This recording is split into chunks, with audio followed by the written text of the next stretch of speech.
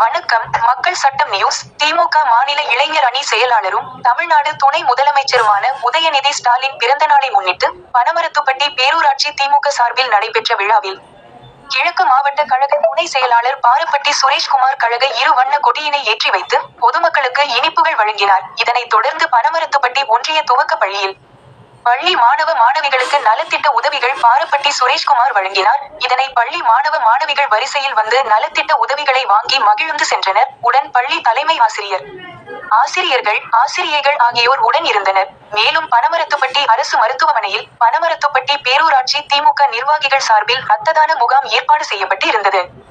இதனை சேலம் கிழக்கு மாவட்ட திமுக மாவட்ட கழக துணை செயலாளர் பாரப்பட்டி சுரேஷ்குமார் ரத்த தானம் செய்து ரத்ததான முகாமை தொடங்கி வைத்தார். இந்த ரத்ததான முகாமில் பனமரத்துப்பட்டி ஒன்றிய கழக நிர்வாகிகள் பேரூர் கழக நிர்வாகிகள் கலந்து கொண்டு ரத்ததானம் செய்தனர். இதில் அரசு மோகன் குமாரமங்கலம் மருத்துவமனை ரத்த வங்கி மேலாளர் சுரேந்திரன் மற்றும் செவிலியர்கள் கலந்து கொண்டு ரத்தம் சேகரித்தனர்.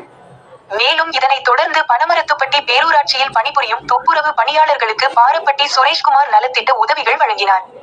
பிறகு துப்புரவு பணியாளர்களுக்கு அறுசுவை உணவு வழங்கி மகிழ்வித்தனர். இவர்களுடன் மாவட்ட கழக துணை செயலாளர் பாரப்பட்டி சுரேஷ்குமார், பனமரத்துப்பட்டி ஒன்றிய கழக செயலாளர் உமாசங்கர், பேரூர் கழக செயலாளர் ரவிக்குமார் ஆகியோர் சமபந்தி விருந்தில் கலந்து கொண்டு உணவு அருந்தினார்கள். இந்நிகழ்ச்சியில் பனமரத்துப்பட்டி ஒன்றிய கழக செயலாளர் உமாசங்கர், பேரூர் கழக செயலாளர் ரவிக்குமார், பேரூராட்சி துணைத் தலைவர், வார்டு கவுன்சிலர், வார்டு செயலாளர்கள் மற்றும் கழக முன்னோடிகள், மகளிர் அணி நிர்வாகிகள், கழக உடன்பிறப்புகள் ஆகியோர் கலந்து கொண்டு சிறப்பித்தனர்.